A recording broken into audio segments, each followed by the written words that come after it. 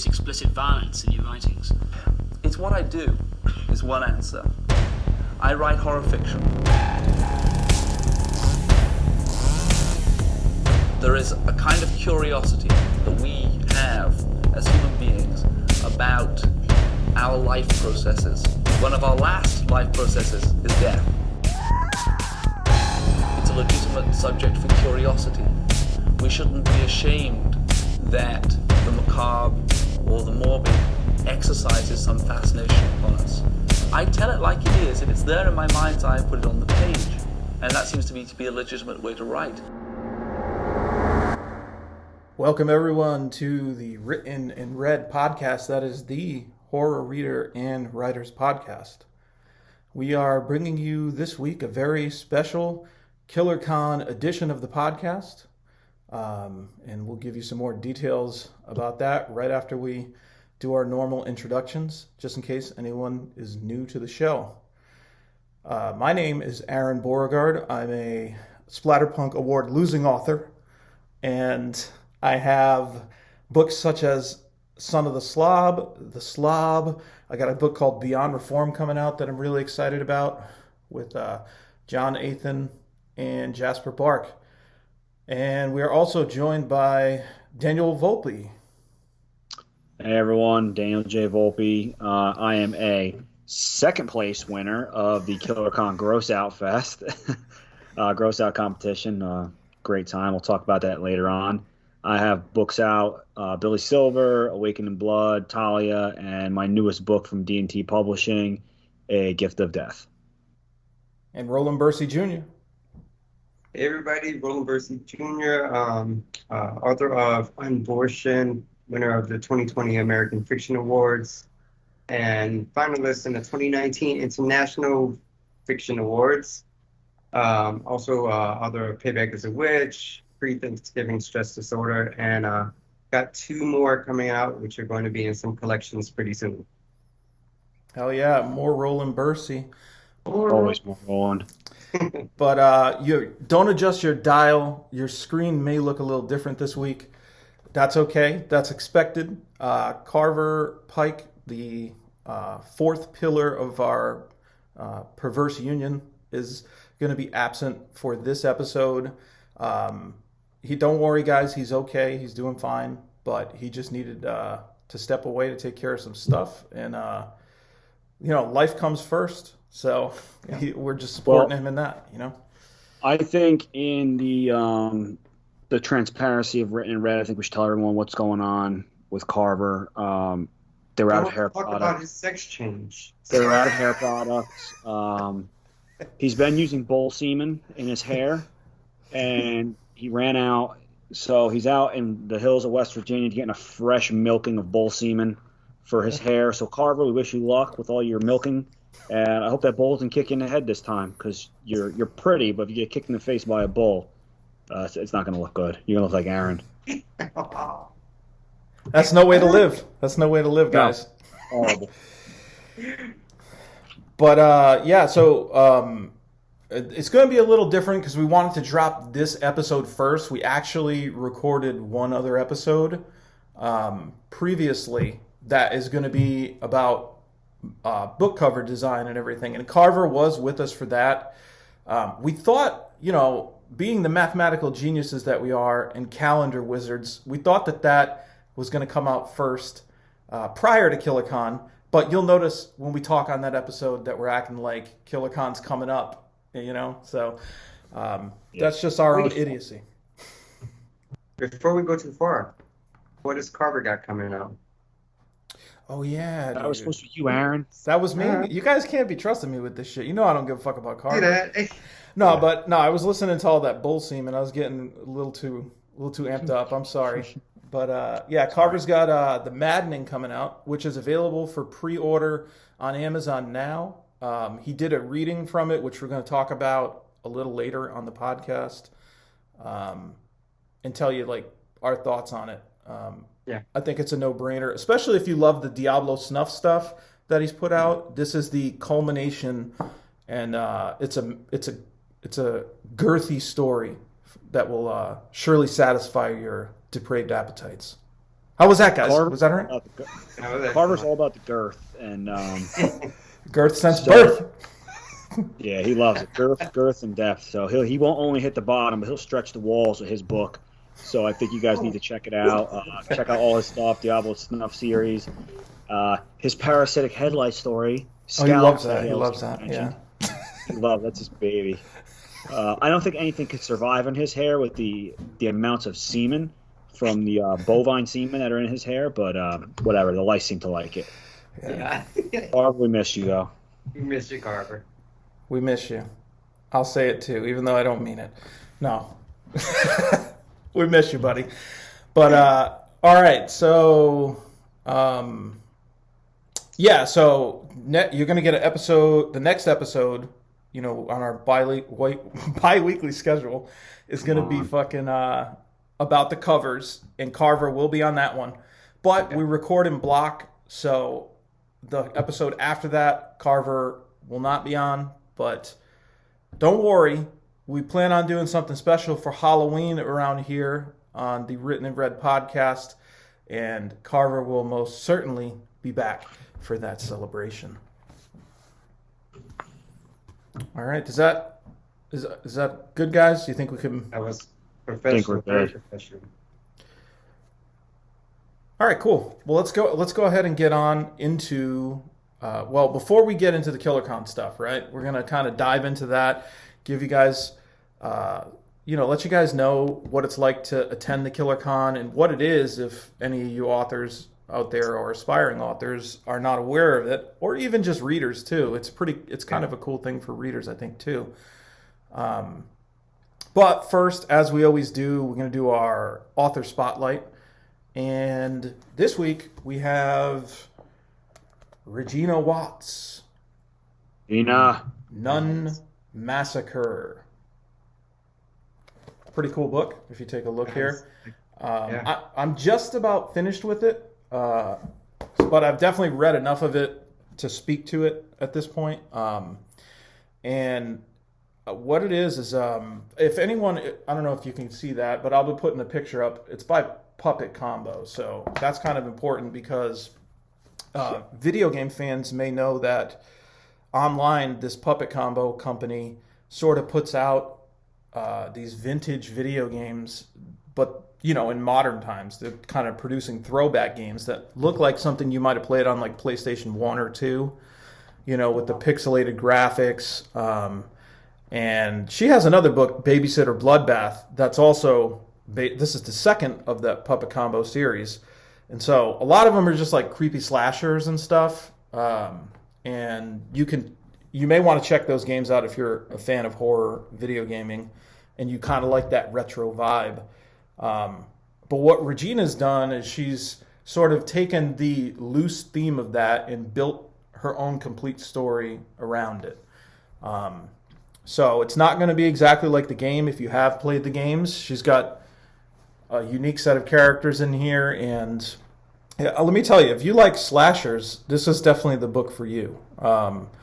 If you just want to have a bunch of diverse characters in a very creepy location, and sort of have some mystery element to the book too, because the nun that's killing them off slowly and shit is it's sort of a mystery, and I like that too. Always the sort of Scooby-Doo sort of whodunit type vibe that you get.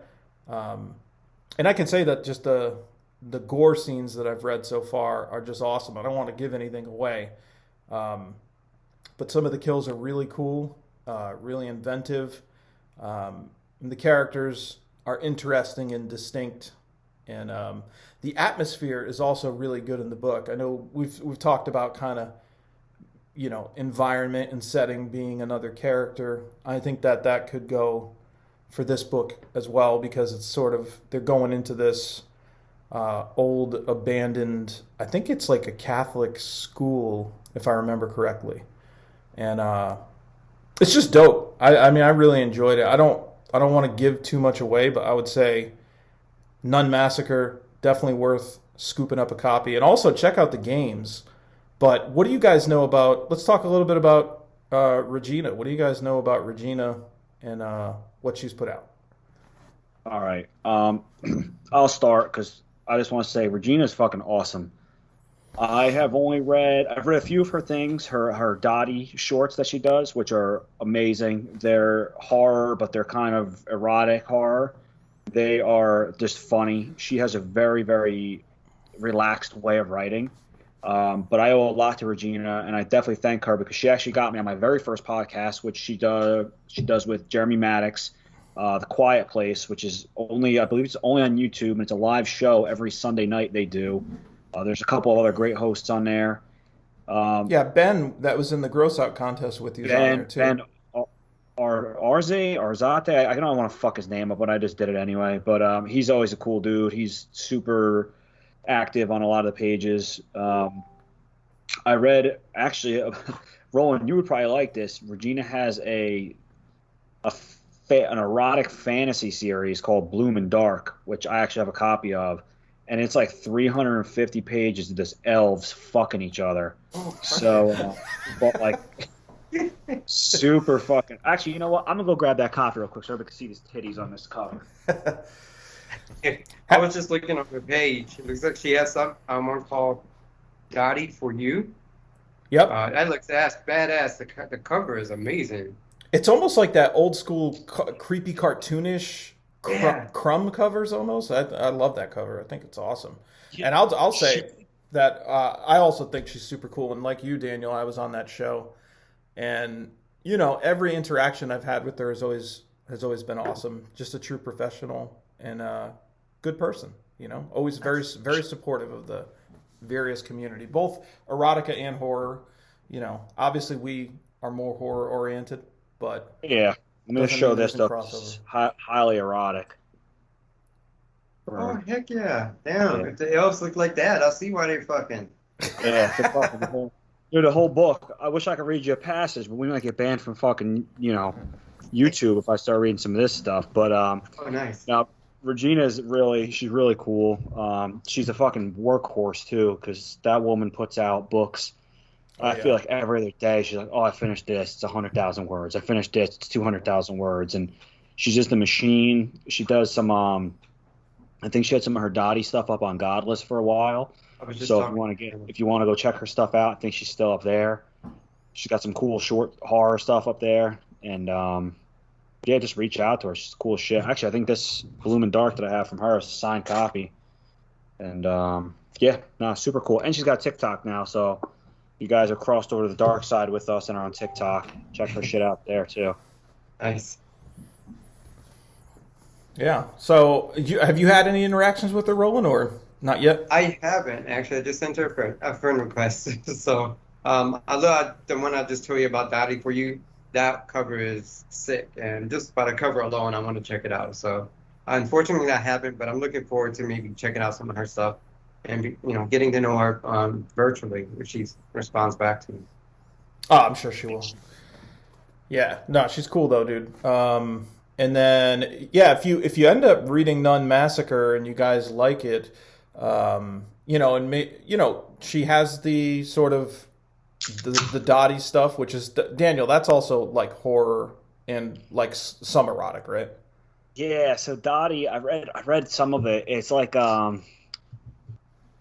the one episode I read, she does it in like episodes, almost like TV episodes. Oh, nice. And this guy, what the fuck's his name? I can't think of his name right now, but he has like a severed head, and he pretty much just fucks this severed head. And like, Regina is one of the very few people that can write really, really graphic, violent horror, and then turn around and write boner-inducing erotica. Like, she switches gears like nobody else, and it's just she's very, very impressive in her writing abilities and skills. Mm-hmm. But Dottie's cool. I think she has like a full like a huge compendium of all the episodes. It's like, I don't know, a real girthy like Carver likes. So I think it'd be something good for him to check out. So I see this as the girth episode. Yeah. We're not going to have this as the KillerCon episode. We're going to have it as Girth Brooks. That's the title of this episode. So for the readers, it sounds like if you're more horror oriented, and you just you want stray horror, I would say, Babysitter Bloodbath and Nun Massacre are probably a good place to go. If you want like a little of both, it sounds like Dottie, the Dottie episodes would be great. And then, of course, she has all the other erotica that she does that. I think that there's an abundance of that, right? Like she puts out a lot of that material, so. Yeah, and I think I believe she's the owner of, this is Painted Blind Publishing. So if you guys check out Painted Blind Publishing, Aaron, I'm sure you could probably pull that up when we do the graphics, but she's on there as well. paintedblindpublishing.com. You can check that out as well. Awesome. So again, guys, that's Regina Watts, and the book that we're spotlighting is Nun Massacre. Great artwork. So, KillerCon, guys. Where do you guys want to start? Maybe we can go through the whole weekend, I think, right? Yeah. One thing Rat said, he says it at the beginning of the con. Like, if you don't make a friend by the end of this, you're doing something wrong. Right. It's so funny, but like, as soon as I finished my panel, which was the first panel, I had like 3 Facebook friend requests. So, and then I started talking to Luciana, which is one of the women who was on my panel, and then a few other people sent me some friend requests. So you can make some super friends over there, and people you have a lot of in common with, people you can learn from. It's just an all-around fun time. I was nervous as hell for panel. By the time I got off, you couldn't tell. Like when I was on panel, I was like, oh, I'm gonna play it cool. But when I got off panel, I was like this. My hands were shaking. Dude, I gotta tell you, and calm down. I thought that like you said, you couldn't tell. I was like, yo, he looks right at home up there. Like, and your shit was the first panel, so it's like, if there was going to be anything, the motherfucker, the wolves. Yeah, and like if you notice, the background wasn't my bedroom set, because everybody, my sister, my friend Sean, tell me that this looks ghetto because I'm sitting in the bedroom and you guys are sitting with all kind of swag behind you, except for you. I got my kids' toys. You got baby dolls behind you. Just be quiet. But Aaron and Carver, y'all got all kind of shit behind y'all. I got my damn bedroom set. So I had to change it up for con because I didn't want to get ripped a new one. Right. Now, Roland, you probably have a little more knowledge on this than anyone else. Can you explain what KillerCon is about? Like who started it, who runs it, and just give everybody the background in case anybody wasn't there or they're not familiar with it. And before you do that, just to let people know, like, this was the first time me and Daniel attended. I believe it's the second time Carver attended. And would this be your third, Roland? Or? This would be my third. Yeah, because the first year I went in person, and the first year I went in person, and then the year before, last year, it was virtual as well. But let me see if I'm got it right. Brian Keene and Rat James White are the creators, if I'm not mistaken. I mean, it's just a place for horror readers, writers, publishers to get together, share what they know, meet one another, learn and grow from each other. So it's just an all-around good time. And the first year I went, I was nervous as hell too. I'm always nervous. But you're going somewhere by yourself. I just took a road trip from Houston to San Antonio, and I got there, and it was the most chill place. Everybody was so friendly and welcoming and inviting. And every year I've attended, I've grown to loving people more and more. Like, I've met so many people, and I'm so happy I actually went to it, and now I'm a part of it. So that's where definitely you want to go. If you haven't gone before, if it's virtually again next year, I hope not. I hope we can get in person and just meet each other once again, face-to-face, interact with each other. Roland, let me ask you another question. For next year for KillerCon, are we going to get more Roland? Like, are you going to do a reading, try to get him for some readings and some panels, or what? You trying to make me have a heart attack. I don't know about no reading. That was fun. Actually, the first year I went, so, again, I didn't know anybody. I don't know how this happened, but I'm at one of the panels, and I'm just sitting there chilling, watching the panel. I get up to leave to go into the reader room to look at some books and buy some books. And Wrath comes up to me. He was like, "You're next." And I was like, "What the fuck you mean I'm next?" And he was like, "You're on panel." And I was like, "No, I'm not on panel." And he was like, "No, I'll put you on panel." I was so scared. But I got up there and I had so much fun. That's what I get for not reading the damn program. If I would have read the program, I would have saw my name and I'd have been like, what the fuck is my name doing on the program? Yeah, that's how I felt when I went through the programming and I saw my name was on there for a reading, and I'm like, oh, fuck, I didn't even know this was a thing. But then I was shitting bricks trying to figure out what to read, so that was nerve-wracking. Read the fucking Bible before that, you know? Say a prayer. Yeah, I know. Nah, you did a great job with your reading, though. So, but as we're going to get into the stuff that we were involved in, and then also some of the stuff that we just sort of absorbed over the course of the weekend. It's a 3-day event. Started on Friday, ran pretty late on Friday, I think until 10 p.m. All day Saturday, up until like midnight, I think, if you're looking at East Coast time. And then a little bit longer on Sunday, just for a few hours to kind of close things out. But basically it consists of, you know, different panels that will usually have various authors, sometimes editors on, right? And just different personalities that, and they're usually topical. Like, I think we had one on collaborations on Saturday that was really cool. Obviously, the one that you were on, Roland, with sort of the LGBTQ and sort of going into, you know, defining different characters. I thought that one was really insightful. But yeah, so like those sort of different panels, right, and readings, and then sometimes contests, right? There was trivia contest, gross out contest, and then there was just stuff with like special guests, like is it Michael Frost? Am I getting the name right? Nost. It's like Nost, K-N-O-S-T. Yeah. Nost, I'm sorry. There was somebody else there that had the last name Frost that was completely different. That was just there. But he did a great workshop on editing, self-editing. That was really cool. And then I think you had John Skip, right, with his whole guest of honor, and Jeff Strand too. So really just a ton of shit to talk about. But so just to lay it out, different things with guests, contests, kind of everything, panels, readings.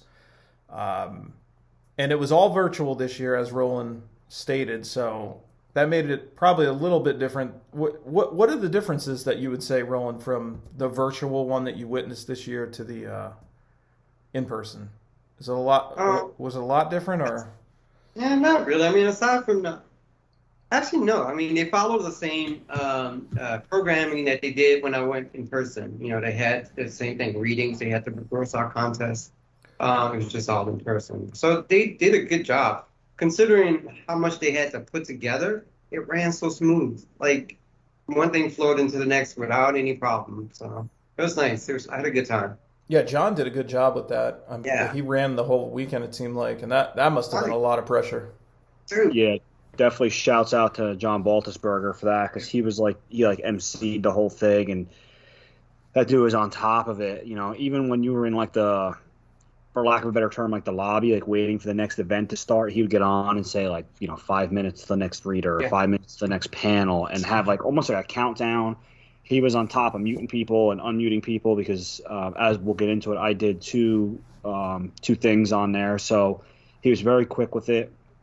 Yeah. And he was just on top of it. And I think the person that was supposed to read before me, they ended up not being there for whatever reason, and John jumped right in, didn't miss a beat, read some of, I think he read from Abhorrent Siren, which is his newest book, so if you haven't checked that out, definitely go check that out. I've read it. It's good. We're going to highlight it on one of these episodes. But, yeah, he did a great job. Definitely top-notch.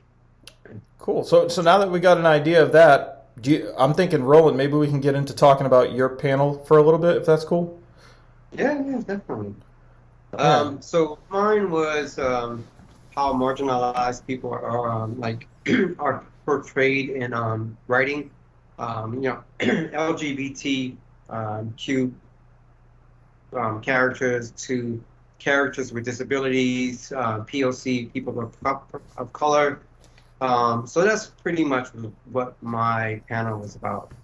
I mean, I even learned some stuff on it. You know, I think, you know, me being gay, I never really thought about how, well, I guess I wouldn't have to, you know, how to portray a character in something I was writing who was gay, bisexual, or trans, because it's my lifestyle. But listening to Luciana talk about how, um, you know, I don't want to say the wrong word, transgender people are represented in the, or yeah, represented in writing. So I learned a lot from her, and also from Lisa. I think she had a disability, something wrong with her joints, if I'm not mistaken. So it was a good teaching experience for anybody who is brave enough to try and write a person of, you know, a minority into their story. I'm so nervous. No, I think I thought you had some real good insight on the discussion, as did everybody really, and like Wrath was asking some really good questions. I thought too, like you know, how would you want to be portrayed?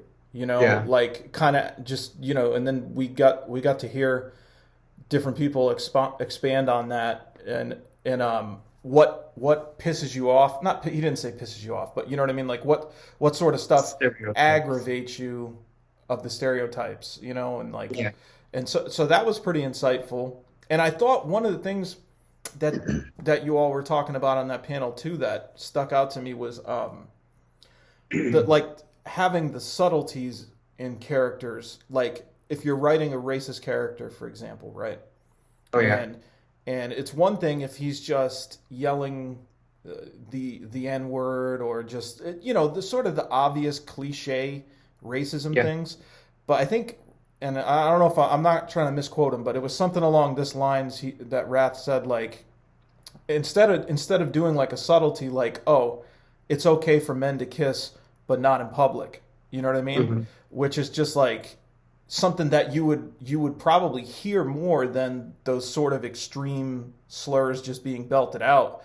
And it creates a more sense of realism in the character. And I think they also kind of talked about not making the character like totally evil, like sort of have some glimmering things inside them, but you know, these misconceptions and sort of a misguided view.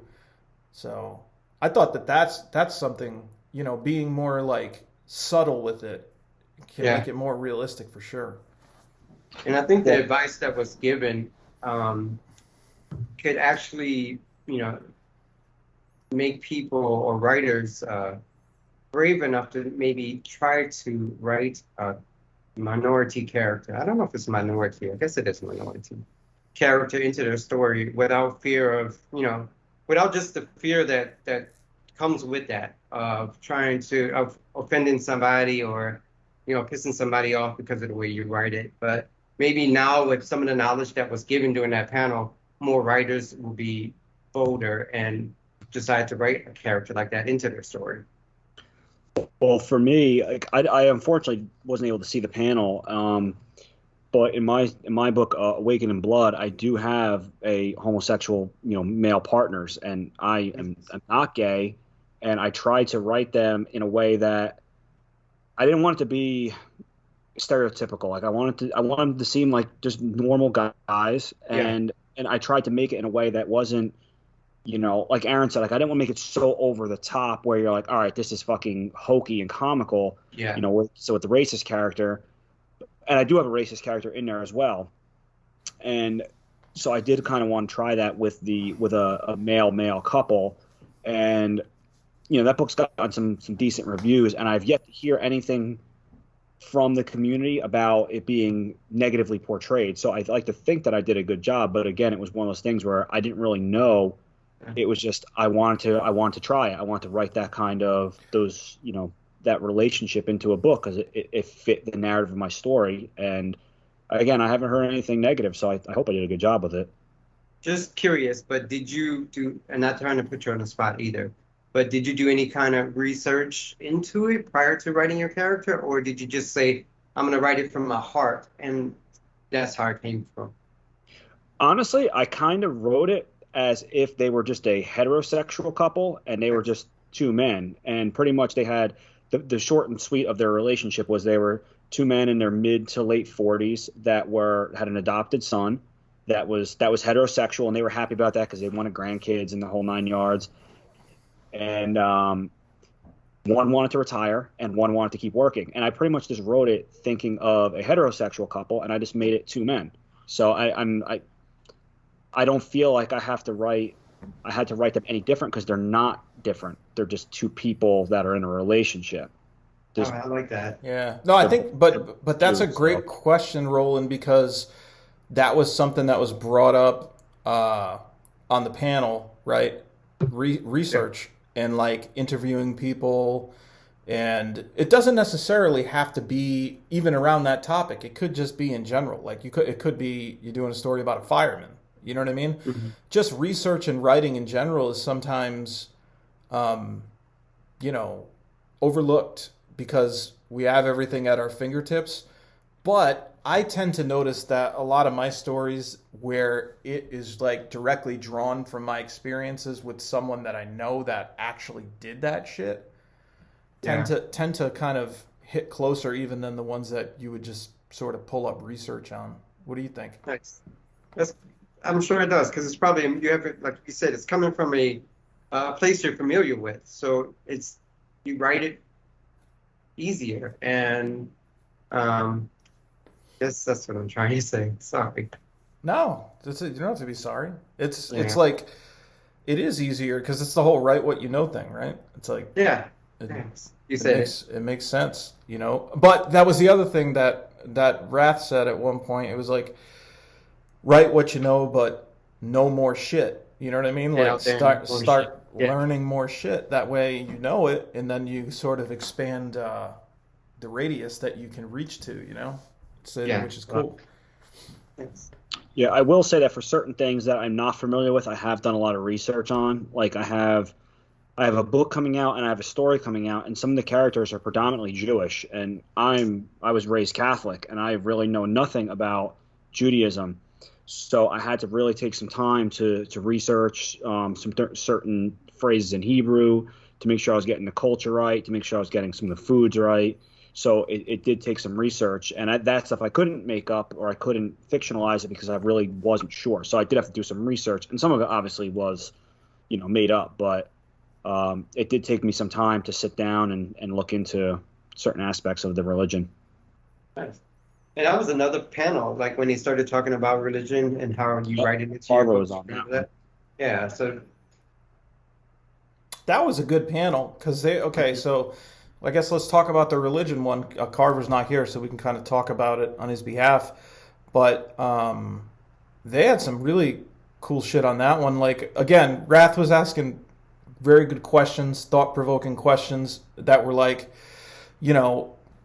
how do you infuse your religion into your writing? Has writing horror changed your perception of your religion, or vice versa? Does your religion affect your writing in any way?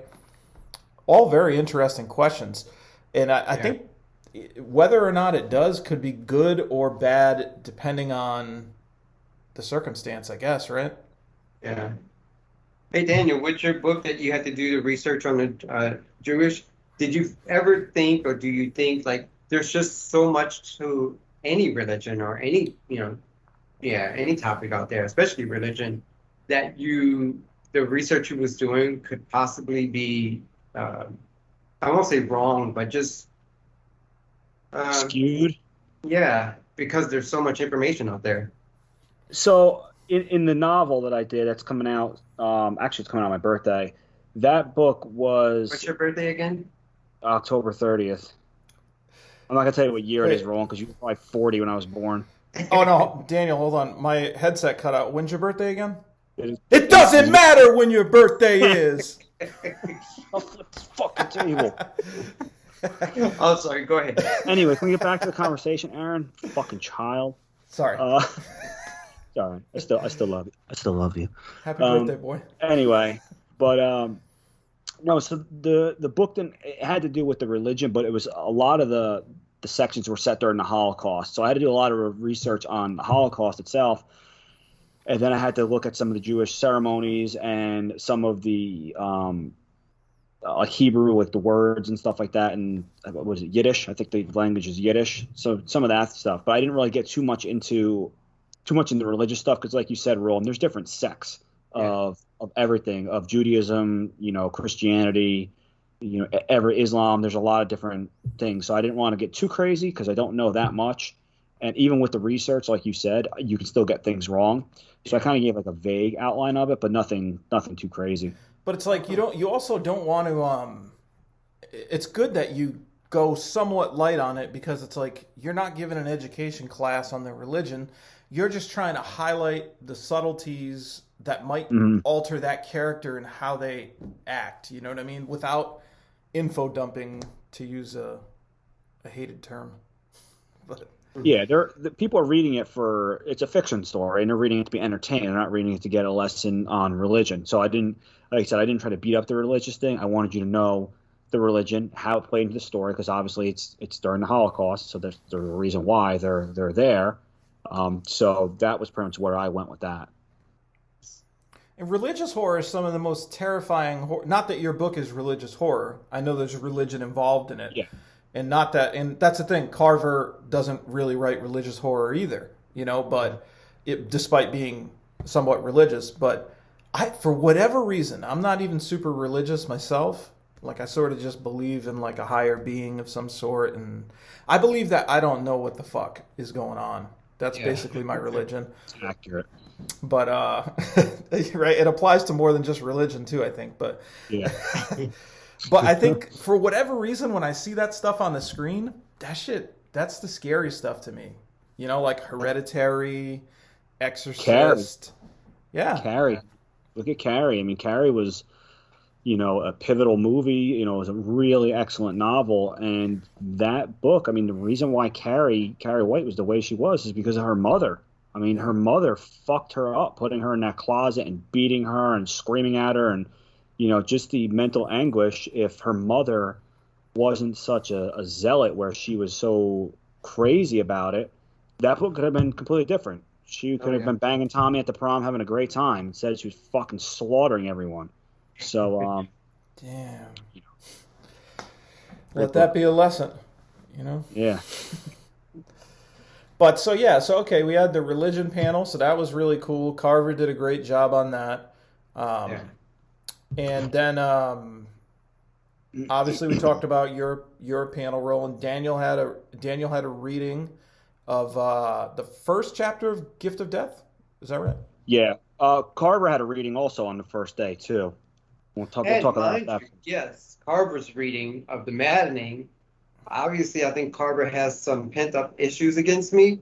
Yeah. I don't know why he had to put me on top of a car and send me through a fucking car wash, but I don't appreciate it, Carver.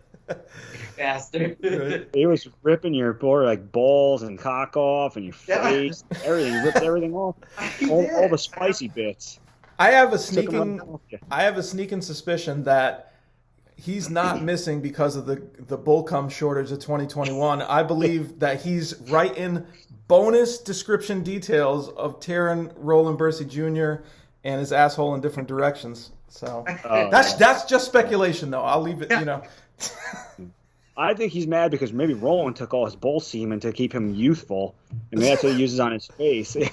like Elizabeth Bathory in the tub. Like, oh yeah, it's just a bowl above him now. Just milking him. That's disgusting. That reading from Carver, that one chapter he read from, I was like, okay, yeah, I got to read this book now. That sounds fucking awesome. It's gonna be amazing.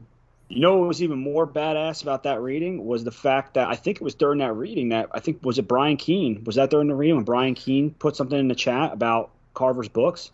It was either during that or during his panel. I'm not sure, but he said that discovering Carver Pike books was his favorite thing about the pandemic. Oh yeah, he tried it. Brian fucking Keene came out and said that about Carver Bull Seaman Pike.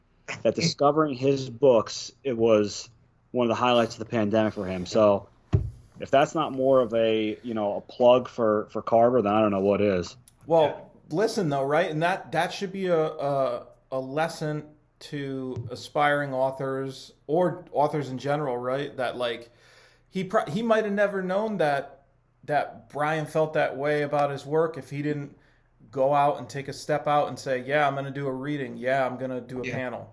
You know, it's uncomfortable, you're nervous, but look at what good comes out of it. You know what I mean? You get a comment like that, it's gonna help with your own confidence and really motivating you. Like, I can imagine how motivated he is to fucking finish up that book now, you know?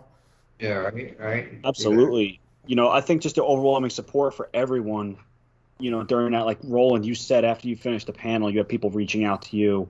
Yeah. When I finished my reading, I had people reaching out to me and like, "Oh, that was a great story. Can I buy that book?" And I actually sold the copy that I read from to someone who reached out to me right away. And it was just so cool to have that interaction with our peers and people that we've looked up to in the past and we've read in the past and have edited books for people, and for them to appreciate your work was really definitely a big deal. And it says something about just the people who attend the con. I mean, yeah, we read horror and we read extreme horror and the most gross, disgusting, despicable stuff. But the people are just fucking kind and generous and good at heart. They're just like great people. So I'm so happy to be part of the community. I never thought I would find myself in this position. Back in the day, I read Wrath and Shane McKenzie. They were the people I idolized. And now I'm sitting here talking to them. And they're just the most fucking genuine, down-to-earth people. And I'm so fortunate and happy that I did write my first book. And they inspired me to do so. So hopefully other readers or, inspiring writers get that same type of inspiration if they attend the con and listen to the people talking. So hopefully that happened to somebody, because I know I'm fortunate. Yeah, absolutely. Great experience all around. And let's talk about Daniel's reading for a little bit. I thought that man, you had a great reading, dude. Like, I think it might have been one of the best readings of the whole thing. Thank you. I appreciate it. As far as just your delivery and your cadence and the chapter that you chose, it was awesome because it kind of started off like atmospheric and putting you in, and like, which, some people will just go for a gore chapter. That's just fucking chaos. But you kind of just showed how you craft and build an environment, and then slowly built upon that to this sort of nasty circumstance that was going to occur later in the chapter. I don't want to give it away. But it was just awesome, dude. I was so happy for you. As I was proud of Roland and Carver as well, I was proud of you, and it was just cool to see you nail it, and you didn't flinch, and everybody saw that. So that's a great thing. I definitely appreciate all the support that everybody's given me, especially for that reading. I've never done a reading before at that length. I've done some shorter ones online, and it was hard to pick what I wanted to read. But I thought that chapter was good. It was, like you said, Aaron. It kind of leads you into it. It's not just a pure gore or sex chapter. I was hoping that I'd be able to keep people entertained enough to get to the end of it where the good shit happens. So I got nothing but great comments. I think I had Lisa Lee Tone reached out to me, Lucas Mangum reached out to me, and just told me I did a great job, and that's big because somebody like Lucas, especially, like, he's a great writer. He's written some really sick shit. I always bust him and Ryan Harding's balls because I love Pandemonium. I think Pandemonium was a great book, and for him to reach out and say that I did a good job was, it was very humbling. So I thank John Baltusberger for setting that reading up for me, and I'm happy to represent D&T and read from something that they published for me. Nice. Yeah. Lucas was all over the convention, man. He was in like most any panel, it felt like, and he did an excellent job. really insightful. I got to interact with him a little bit too. He's a wrestling fan, so we kind of talked about that a little bit. And I did buy, I bought a signed copy of his book, Gods of the Dark Web, because I love creepy dark web shit anyway. You know that. And yeah, it's just good because, like you said, Roland, right? Going back to what they were saying, if you don't make a friend or a connection during this thing, you're doing something wrong. But I think we all came out on top. Even though we didn't win the awards, which we're going to get to that in a little bit. But even though we didn't win the awards, speaking for me and Carver. And then Daniel, you got second place, which is pretty. That's about as good as you could get. You know what I mean? You got yourself some. Yeah. But second place with strawberry shortcakes. Oh yeah, yum yum yum.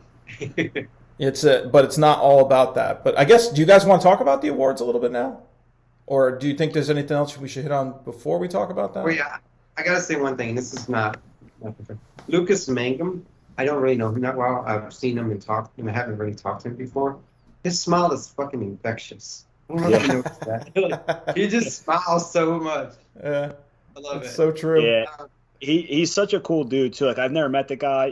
He's had workout for years, and he's been to these cons, and he's a big name, I'd say, in our genre. And he was quick to respond. Like, I feel like I'm still a nobody, and he was very cool. Just reaching out, saying he enjoyed my stuff, and he actually bought a copy of Talia when I had it up on. I think I had it up for the 99-cent sale for a couple of days. He reached out and was like, "Hey man, I bought a copy of this. I keep seeing it everywhere, so I have to check it out." It was just cool of him, and he's been nothing but a cool guy. And I definitely see him being spotlighted on this show in upcoming episodes because he deserves it. And he's definitely a pioneer for everyone with his with just his personality. Like Roland said, like, dude's always got a smile on his face. He's just happy to be there. And definitely, if you guys haven't read any Lucas Mangum, check his shit out, especially Pandemonium, because that book's fucking awesome. Yeah, before we get to that award stuff, I kind of glossed over this, is that I wanted to talk about the collaboration panel that he was on, because that I thought, did you guys get a chance to listen to that at all? I know. Who did he do that one with? I think it was like Wiley and I think that was right. Let me see. I got here. Oh, Ryan Harding was on it, because Ryan Harding's done a ton of collabs. Jeff Strand, Ryan Harding, Lucas Mangum, Wesley Southard, Wiley Young, and it was moderated by John Baltusberger. That was an awesome panel because you got to talk to a lot of people that did, different projects like novellas or novels together, and just sort of listen to their approach. Like I had done my anthology recently that I'm getting ready to release, and that was my first experience with working with other people and sort of, giving a pitch, right? Doing all these things, meeting with them, which is a little easier for an anthology because it's short stories. We just got to kind of be on the same page with the general theme of the book. But this panel was really going into detail, talking about, I thought one really important thing was, it said, finding the third voice, right? So when you have a collaboration with two people working on a story, obviously you have one voice and a first voice and a second voice. But I believe they quoted John Skipp as where he would say, it's important to find the third voice, which is the merging of the first two. So it doesn't sound like two different people are telling the story. You know what I mean? Yeah. And there's different ways you can do that. I mean, you could probably do it if you have specific characters. You can have people write from the character point of view, or you kind of go over the chapters, and it's just a lot of reading over. I would imagine like character bios would be incredibly critical because you both want to be drawing from the same sort of source and not envisioning these characters differently than they are if you're writing at different points in time. But yeah, those are just a couple of the things that I heard on that. I don't know if anybody else caught stuff.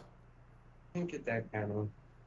I don't know if I saw a part of that, because that was like 7:30 ish our time in Eastern time, so I don't know if I saw that one, but I saw the John Skip, the reading and Q&A with John Skip, which was awesome as well. But the Unnatural Unions, though, Ryan Harding, he does a lot of collaborations, and that dude also, like Lucas, he's a super approachable guy, a fucking legend in extreme horror, and he's done a lot of great collaborations with Edward Lee, Lucas Mangum, Chris Triana. So if anybody's going to talk about it, he was definitely the one. Yeah, and I think these are. I'm sorry. Go ahead, Roland. No. Go ahead. No. More Roland. No.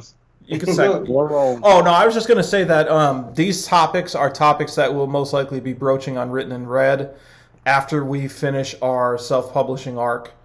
Because we're kind of going through the self-publishing arc, but we're definitely going to have a collaboration episode for sure. And I think, like you were saying, Roland, too, like the panel you were on with marginalized characters and talking more about how to approach that, and maybe like getting a little more granular could be helpful for people. Another panel that I really, really liked, and I think I felt a connection with that panel, the Imposter panel. Yeah, that was a good one. Like, I still feel that way. Like, yeah. In my writing, it's sitting here with you guys. I'm like, yeah, what am I doing here? And I guess it's something that you have to grow and get over. But according to a lot of, what a lot of people said on the panel, even the ones that have been doing it for years still feel that way, which is interesting. You would think they would be more secure and sure of themselves, but I guess we all have that self-doubt inside of us. I know I do. I'm sitting here with like you guys and you and Daniel and Aaron and Carver. They're all fucking epic. And I have like a few little stories out. So I feel it, like that imposter syndrome, like what the fuck am I doing here? But I'm learning. I'm trying to get more comfortable and more secure in what I'm doing and know that I'm doing a good job. But it takes time. Well, part of it's the quality of the content too, Roland. It's not like you're just putting out bullshit. You're putting out stuff that you're passionate about, and sometimes quality over quantity, like if you can put out at a fast rate, quality stuff, then you do it. But, it's good that you're not sitting there forcing a story just to be like, oh, I want to have this many books to feel better, or, Yeah. And I think we're all in that same shadow. There's always going to be certain doubts, but what I always bring myself back to, if I ever feel a doubt, is that the reason that I started doing this was for myself, and for my love of horror and what I would like to see in like horror storytelling. You know what I mean? And I think if you just stay true to your love for it, like, even if people don't happen to like it, you're not an imposter. You're just a person that thinks a certain way about horror, and like that's great. The perspective, like, it would be so boring if every movie was Friday the 13th. We need the weird ones. What do you think, Daniel? More Roland. What do you think, Daniel, about the imposter stuff? Imposter syndrome is definitely real. When you're, especially like when I go through my Amazon page and I look at my books and it scrolls down and you say like, oh, people who bought this book, meaning my book, have also bought this, and you see your book listed next to some of these other people that you've been reading for years, and you're like, that can't be right. Like I don't belong there next to them. And when you see your book on Amazon and you see the ratings and the amount of reviews you're getting, you're like, oh wow, like I'm happy with that. Then you see a book that you grew up reading and you enjoyed and an author that you like, and you're like, I have more reviews than them, but my book's not as good as theirs. Not mean that their book is bad, but you're like, wow, like I can't believe that I have this, and you're like, it can't be right. It's it always seems like it's fake. And that when these people are being nice to you, that's all they're doing, is they're just being nice to you to like placate you, to be like, oh, like, all right, like, yeah, go write your fucking stupid shit. Like the serious writers are going to be over here. You can write your bullshit, and we'll we'll be nice to you, but we don't respect you. And that's the farthest from the truth, because I've had nothing but good experiences with people. Nothing, people that are, icons like Edward Lee and, some of these like Ryan Harding and Lucas. We talk about them, and, these guys that have reached out and said they enjoyed my stuff and or bought it and took a look at it. Like that's still, mind boggling. Yeah. Thanks. Yeah, man. I think even you're gonna get a certain level of hatred too, and I feel like reviews, like don't look at them, unless it's unless it doesn't bother you. If you got thick skin and it doesn't bother you, then go for it. But if you think it's gonna kind of fuck with your psyche, just don't look at them. Filter to the 5 stars, filter to the 4 stars. Look at those and use that as motivation, because ultimately you're not going to stop. Not if you're watching Written in Red. You shouldn't be thinking about stopping, because that's not That's not what we do here. I'm reading Suffer the Flesh right now by Monica O'Rourke, and that book is fucking savage. It is so brutal. But on Amazon it has like a 3.2 or 3.3. And because it's a very graphic, very polarizing book. If you've never read it, that book literally within the first chapter is graphic rape. And the whole book is like scenes of graphic, violent rape. And that is definitely not for everyone. But people in our genre who like to read the more extreme and graphic stuff, we like that. That's the kind of story we want to read. That's our fiction that we like. And other people will read it and they are like, this is ridiculous. I can't believe anyone would write this or read it. Yeah. So for something that we love, and I like to go through and read my 1 and 2 stars, because I like to see what people don't like about it. And if they're like, oh, this book sucked because the writing sucked, like, all right, well, that's on me. Maybe I did a shitty job at this part. But if they're like, oh, I don't like this because it's fucking violent and it's brutal and there's sex on every other page, and I'm like, yeah, I know, like that was the whole point. Like, I'm fucking read it, man. You read your reviews in it, Aaron? I will. Yeah, sometimes. It just depends, It depends what sort of mood that I'm in. For the most part, I have pretty thick skin. There's and I just don't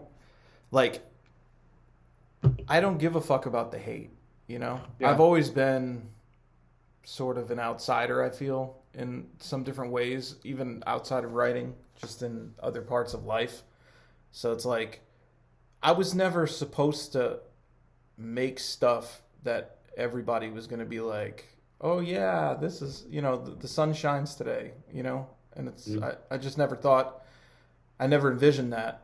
And I think the further your work gets out, like, if you're under 100 reviews on a book, let's say, majority of those reviews are probably going to be favorable, because the people who read that sort of shit, that means it's reached them, but it probably hasn't gone further to a more mainstream audience. Now, with the Slob, for example, once it trickles past that line and you start getting into 400 reviews, 500 reviews, okay, you gotta, it's expected. You gotta expect that there's going to be a lot of people that it's just not for them, Yeah. But the great part about that too is you reach a lot of people and it ends up being for them, and they never even knew that was for them. And now they're reaching out to you saying, I never even knew this existed. Like, I can't tell you over the past couple months how many messages I've got that said, you were the first Splatterpunk book I ever read. And I can't believe I've been fucking missing out on this my whole life. Right. And now they're going and reading everybody. You know what I mean? Yeah. That's awesome. So the positives and the negatives, I'm sorry. That's been a great thing lately with that. Like you said, Aaron, I've had people reach out and just tell me, like, I never knew this shit existed, that even aspiring writers, because for me growing up, like I read more mainstream horror. Like I read my Stephen King and John Saul, and I was little, I read Goosebumps and whatnot. And then, Stephen King and John Saul, they have some graphic shit. But when I got like The Pig by Edward Lee, I'm like, what the fuck is this? I'm like, people can write this? And then you start reading more and more, and I get into Clive Barker and Richard Lehman and Brian Keene and some of these things, and I'm like, holy shit, like, this is a whole new a whole new world. Not to sound like fucking Aladdin, but Don't you dare it close is. your eyes. You guys Soaring. do a Halloween costume episode. Like y'all should dress up like Aladdin and Jasmine. Yeah, I'm Aladdin. Yo, Carver's genie, dude. You know. Yeah, I want Roland to be Raja. You give me the tiger, Roland. Obviously. I like reading my reviews. I don't really mind if they're bad. I really haven't gotten that many bad ones, to tell the truth. Yeah, Oh, I'm gonna make. Shit, you illin'. I got a throw couple. in that I thought they were funny. Yeah, I rate them too for the most part. Like, you know, I like the 1 stars and the 2 stars. Or there's a guy that he's rated all my books. I think his name is like Banana Man on Amazon. He is fucking hilarious. He completely shit on Talia, which is probably my most highest rated book. Like, people overwhelmingly enjoy that book, and he's like, this book sucks. This is the fucking worst book ever. And, he's like, Billy Silver's so much better than this. Fuck this book. And I'm like, all right, like I respect the honesty, like a little brutal. But, all right. Billy Silver's so much better than this. Like, fuck this book. That's great. Dude, he's so funny. His name's Banana Man on Amazon, and he is just fucking hilarious. Go on and read his review of Talia. Come He's on, like, go read it fuck now. this. Yeah. But yeah, I read them because I have a thick skin. I could care less. I could have a fucking 0-star review on all my books, and I would still keep writing. Yeah, So okay. I just, you know, I don't care. They hate us because they're anus. Oh, So I was shit. Yeah. What did y'all think about the panel of selling your ass off? I really didn't. I didn't make too many of those panels. I'm trying to think which ones I did get to see. I think Aaron, you saw that one, right? Yeah, Selling that was your ass great with Matt Shaw. Yeah. That was fucking He gives awesome, some dude. great advice. I just love Matt. Matt is so cool. And Drew was on that panel too. Yeah. And Drew was nice enough to mention a few of us. And then Oh yeah. there was Jeff Strand was on there too, of course. I mean, Yeah. you look at He's his fucking you hilarious. look at his fucking books, dude. Like, most of his books are like 600 ratings, 4.5 stars. Like, Yeah. he just crushes, dude. And Oh, didn't he write? He wrote The Haunted Forest for. yes, yep. That's like one of my favorite books. He's another one who's just a fucking down to earth, super nice guy, because he was one of the, obviously, you know, he's one of the gross out contest judges. And, you know, we did, him and I, we've gone back and forth on a couple things, and he's in an anthology that we can't discuss yet, but he is just he's just so funny. Yeah. And he And his just has that books- dry sense of humor about him. It's I love it. great.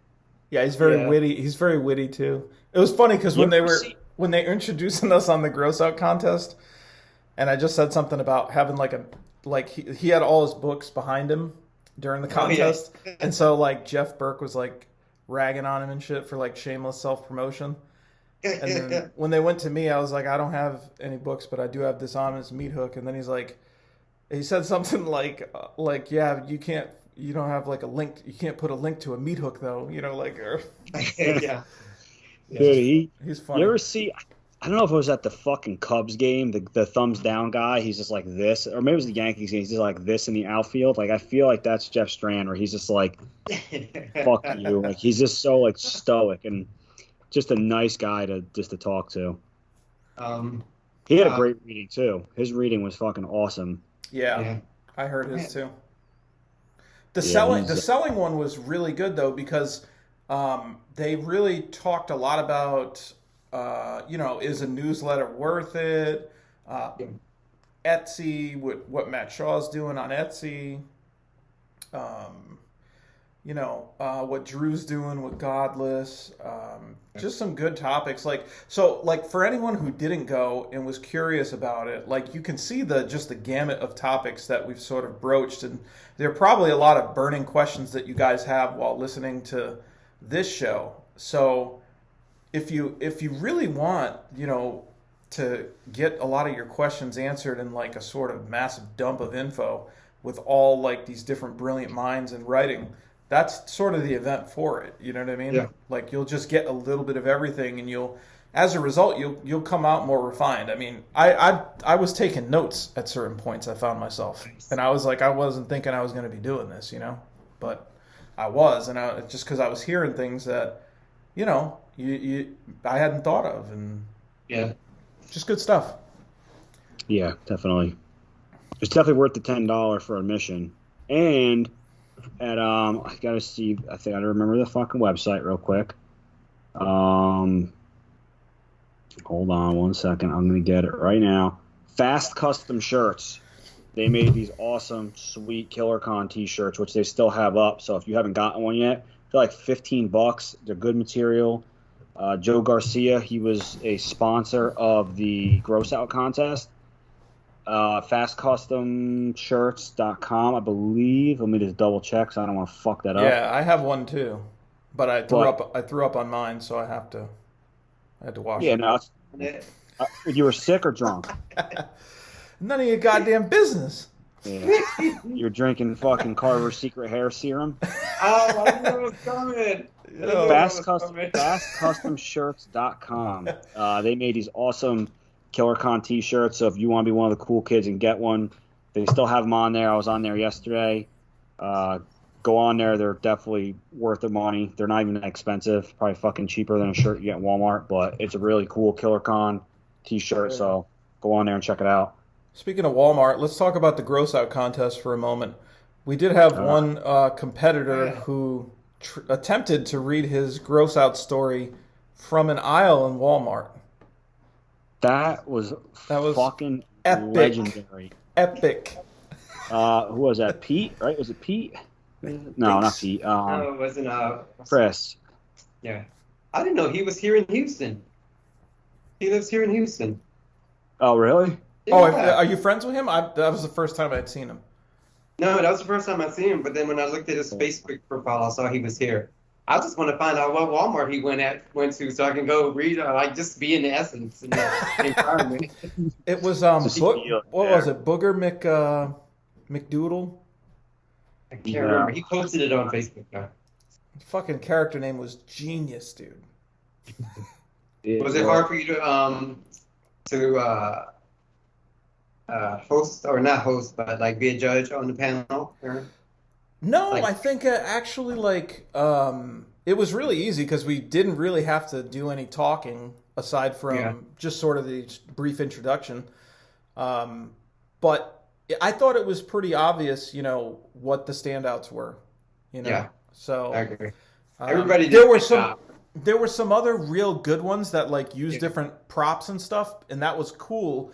But I think the ones that had that sort of stuff involved, the writing wasn't quite as focused and detailed, so it separated a little. But but everybody did everybody did a good job. Everybody, like you said, like Jeff said, they got balls for doing that, except Daniel. Yeah, I got snipped and they took a little too much, so yeah, no balls left. It's just a fleshy pouch. But yeah, the Gross Out contest, that was my first time entering, and it was interesting to say the least. Like I said, hats off to everyone that competed in it, and it was some really good stories in there. And like Jeff Strand said that he was going to tell you if you weren't gross enough. But I will give a shout out to Stephen Kozanowski and Jay Wilburn, because they were returning champions. They were nothing but cool with me. They were obviously, we had the ball busting and stuff, which is fun, and I'm still fucking ripping on Jay even today. And it was just a fun time, just the camaraderie in that, and to know that hey, we're going into this together. You're putting your ass on the line to read this fucking ridiculously obscene, disgusting story, which you hope resonates with people, and you don't look like a fucking jerk off. I thank those two guys, because they were definitely cool, and they didn't have to do that stuff and reach out and include me in the jokes and stuff. So I appreciate both those guys. That's cool. When are you sucking their dicks now? I'm going to be skiing later, so I'm going to be jerking both of them at the same time. All right. Just curious. Pictures or it didn't happen. No, it's later. But it's later in the night. It's early still. Put them in the group chat. No. But great job. You did a great job on the Gross Out contest. And I think it was It was cool. It's cool. I like how they did the voting system too. They had everybody in the chat like sort of after a couple minutes of the story, vote with what was it? Exclamations if they want to keep going, and dashes to cancel them out. Yeah, Actually, Jeff I'm Burke. not. Oh, go ahead, Dave. Jeff Burke saying did a this just great because job. you're my buddy, Daniel, but I thought your story deserved to win. Because your story, the entire time you read it, I was like, ugh, gross. Who won it? I can't remember the guy from overseas. Nigel Parkin, I think is his name. His story was great, but your story had me like, bleh. Yeah, it was. They were all good. They were both gross. Jay Wilburn's story was great too. Yeah. It was definitely interesting, but it was fun to do. And Jeff Burke really kept it. Like, that dude was just fucking a ball of energy. He's like Sonic the Hedgehog. Like, he didn't fucking stop. Like, he was just like screaming at people and telling people they're pieces of shit and that we're all better than them because we entered it. And, you know. And you were one of the ones that did not follow the instructions, Daniel. Yeah, I don't fucking remember that, but I would have loved to have plugged something. But I mean, a book, I should say. I should say that. But he put me in North Korea, or I think that's where I was, my Prison hometown. camp, yeah. So, and I had never met anyone from the North Korean prison camp, so I was honored. I escaped. Here. Fuck you, Kim Jong. Talk about fucking imposter syndrome, though. What about me on that judging panel? It's like these people are fucking all like amazing, and I'm just a guy. But it was really fun to do it. You know, I thought it was a great experience. You're amazing because you were nominated for a Splatterpunk Award. Get out of here. Yeah, we didn't talk about the award. You skipped over the awards. No, I figured we'd save that for last, you know? Okay. Because that's kind of, you know, even though the gross out contest was after, you know, that's sort of what everybody talks about a lot from the weekend. But we wanted to make sure we went through all this other stuff because really, at the end of the day, this is the most important information for people who are authors that are attending, I feel like, you know? I will say that I felt comfortable and confident in my reading of A Gift of Death, but I definitely think, without a shadow of a doubt, top rating of the convention goes to Christine Morgan wearing the fucking anglerfish hat. Yes. The entire time that she did her reading. Because she has her new book, Trenchmouth, out. I think it's for Madness Heart Press, which is actually John Baltzberger's press. And Christine was wearing a fucking anglerfish hat the entire time and like reading seriously as this like anglerfish's mouth is moving with hers. And it was just phenomenal. So hats off to you, Christine, for that. It was really probably the best reading I think I've ever heard. Nice. I missed that one. I think beautiful Brad Tierney, he might have put a picture of it on his Facebook. If you want to see what it looks like. Yeah, I'm gonna check it out. Beautiful Brad Tierney also did a picture of the Walmart reading as well. So there's some classics on his page right now. Get them while they're hot. Definitely. And then the awards, that was awesome, I thought.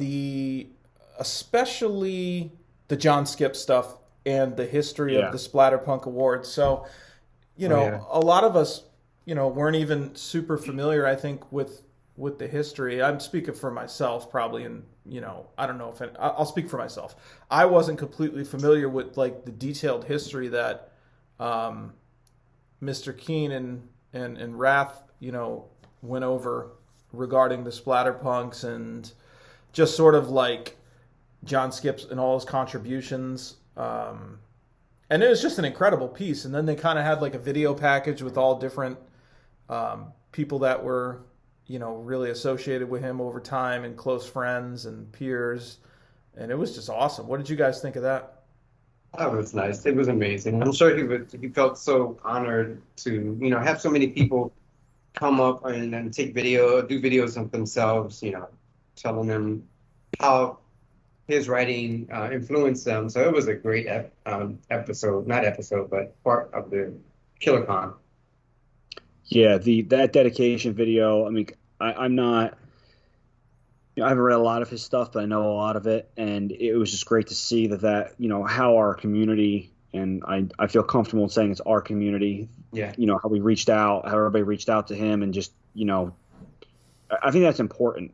to let people know, like, hey, you inspired me, and I respect you and I respect your work, and that he has influenced how many generations. And when you look at a person like him, and you're like, hey, this guy started at this time, and you say, oh, he influenced Edward Lee, and then Edward Lee influenced this flock of writers, and just that domino effect of like steel sharpening steel, right? And you get these guys and gals that push forward and bring their art to everyone and influence people to just create this fucked up shit that we write. Yeah. Absolutely. It was awesome. And so when they, kind of gave John his award, then from there, and, they gave that history, then they sort of transitioned into the award reveals, and me and Carver were fucking shitting our pants, like heart. I could speak for myself, and my fucking heart was like racing.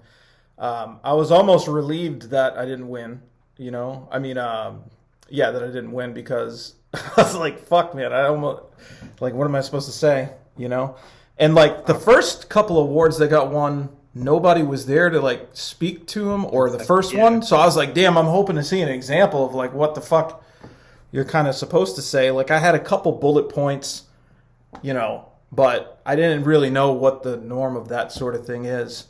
Fortunately, I didn't win it, so No, not fortunately. I don't have to. Well, no, I think in a lot of ways it can be a good thing. I don't look at it. I don't look at it as a bad thing. Number one, I didn't expect to win, so I know a lot of people, were telling me like, oh, I think you have a really good chance at it. You know what I mean? Yeah. But inside, I just didn't feel like. I just didn't think it was going to happen. I don't know why. That's just how I felt. So it wasn't a letdown for me. I just feel like it's a motivator, Yeah. And I think that, if the Slob got that far, I mean, I believe that Son of the Slob is a far superior book than the Slob. Like, it's not, to me, it's not even close. Like, when you go back and you look at your old writing, you can see your improvements and how you've evolved, and this is just the first step in a very, very long journey for me. Awards are great, but I'm just more concerned with keeping my readers happy, selling books, and doing what I love, dude. But it's an honor to have been nominated, and I'm happy for Samantha. I've heard great things about that book too, and I know it's very highly rated. True crime, yep. And she also got one for the collection, The Worst Laid Plans, right? So yeah, both are Grindhouse Press. I think C.V. Hunt accepted her novella win on True Crime, because C.V. Hunt she's the owner of Grindhouse Press, which is a fucking awesome press. So, I mean, if you're gonna lose to someone, it sounds like that's a great person to lose to. But either way, for me, I'm looking at what comes next, dude. I always have shit lined up in the crosshairs, I'm just always excited to release that next book. And trust me, my best work is yet to come, for sure. Nice. So. Yeah, I definitely see a few of those awards on your shelf. Hopefully all of our shelves, but definitely you, Carver. All three, you guys rolling when you fucking actually put something out soon, hopefully. Get some fucking paper out there. But I see big things for everyone, and Aaron especially. I've read Son of the Slob. I read before anyone else, so fuck all of you. I knew what was going to happen. But it's definitely probably one of your most visceral and psychological books. There is gore. There's definitely gore. There is filth, but it definitely, like, that ending, you're like, oh my god, like, it fucks you up. So if you haven't gotten it yet, don't buy it 'cause it sucks. But no, fuck that book. get yourself some of Aaron's dirty slob sacks, and get on that, because you're gonna want to be on the ground floor of this book. Nice. Yeah. So, guys, my advice as a loser would be just don't dwell on it.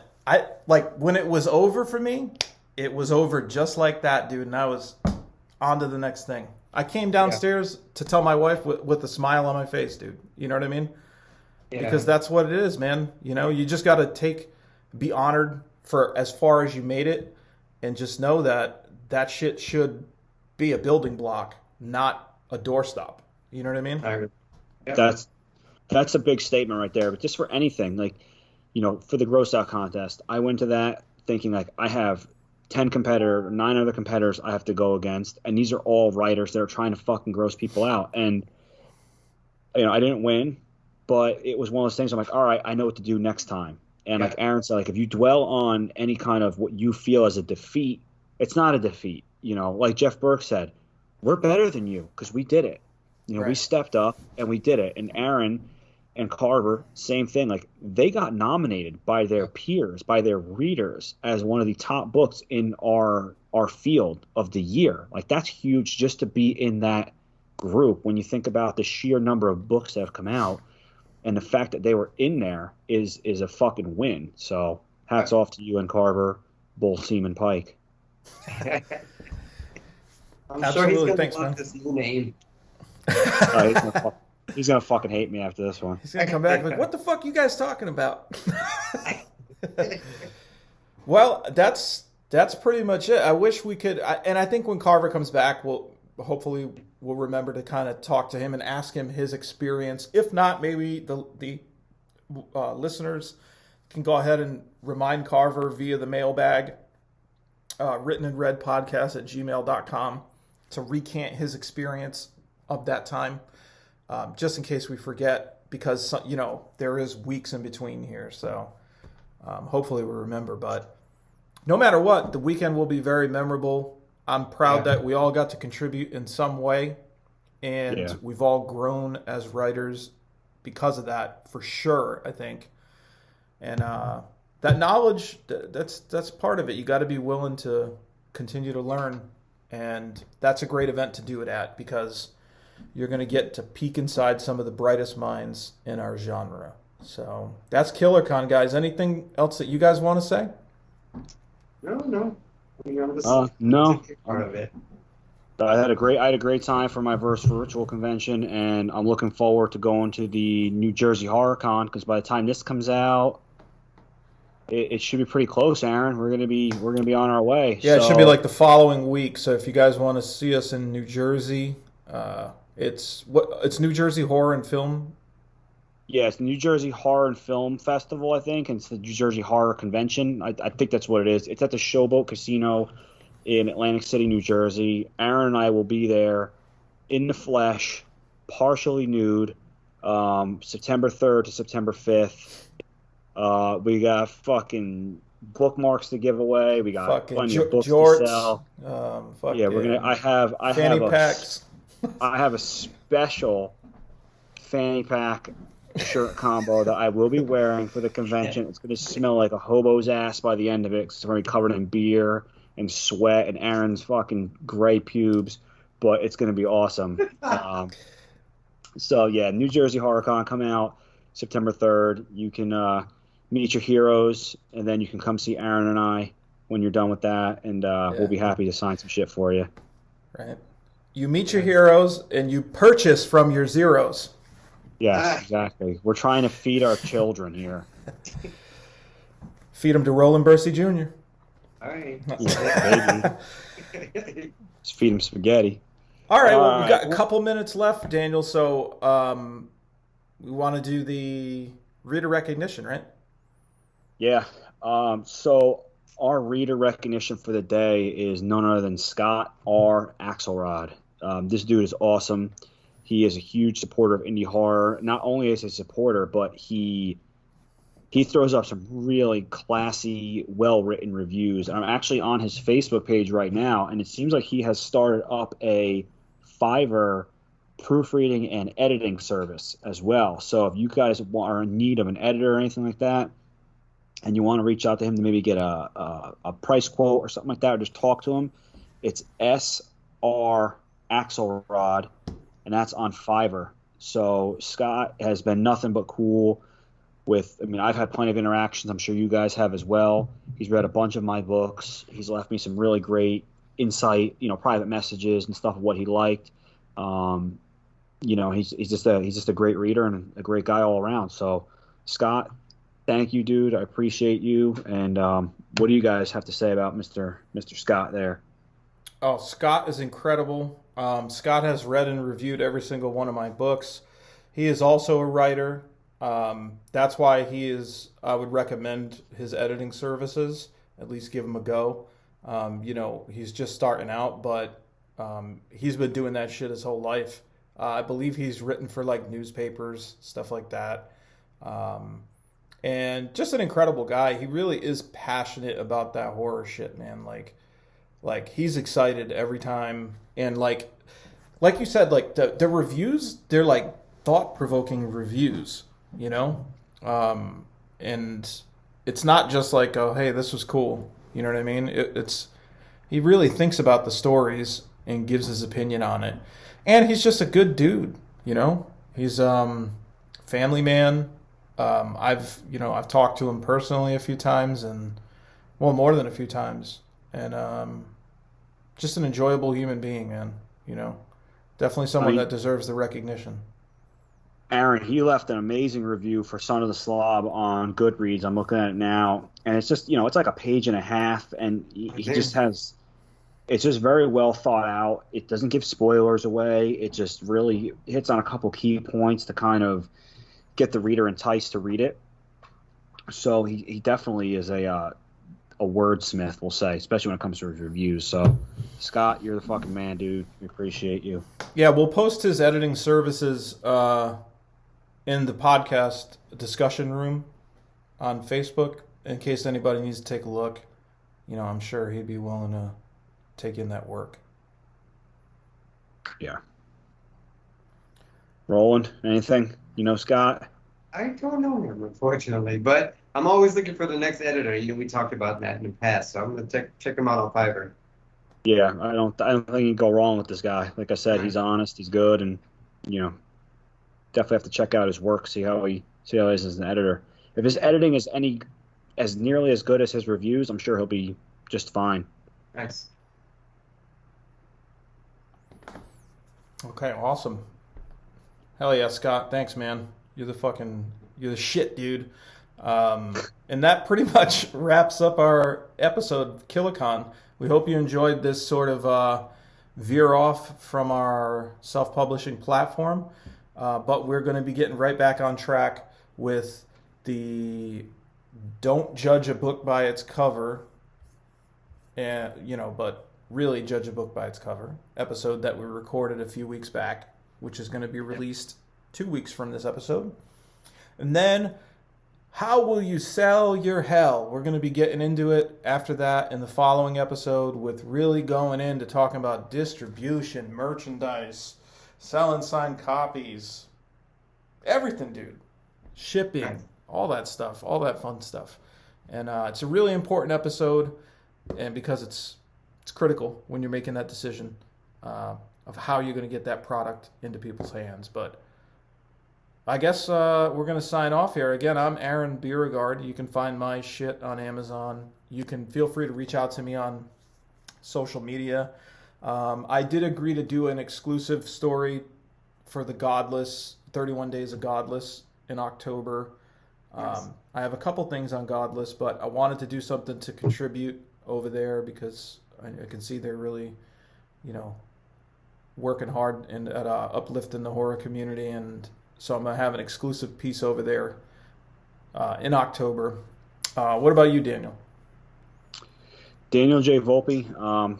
You guys can find all my shit on Amazon as well, and just like Aaron, I have signed copy available that come with some swag, so if you guys want to reach out on Facebook, Instagram, Twitter, feel free. I'm pretty receptive to that. I'll cover Carver's stuff for him because he's not here. Carver Pike, that's his handle on pretty much everything he's on, including OnlyFans. So for now, you can still see his butthole if you get on there quickly. His new book, The Maddening, is available for pre-order right now on Amazon. So if you guys saw his reading at KillerCon, you need to get this book. If you haven't read his Diablo Snuff series, you guys are right. I think you're fading out. Support his butthole, please. If you haven't read his Diablo Snuff series or his Parasitic Head Lice series or his book Scalp, check that out. So, Carver Pike, we miss you, buddy, and Yes.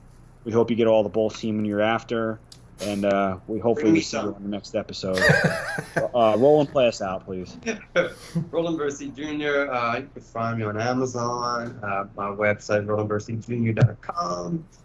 Hit me up on Facebook, say hi. Love meeting new people. Definitely down to talk to anybody, so send me a message anytime. Wonderful. Well, this has been the Written in Red podcast, and until next time, keep it 100% horror.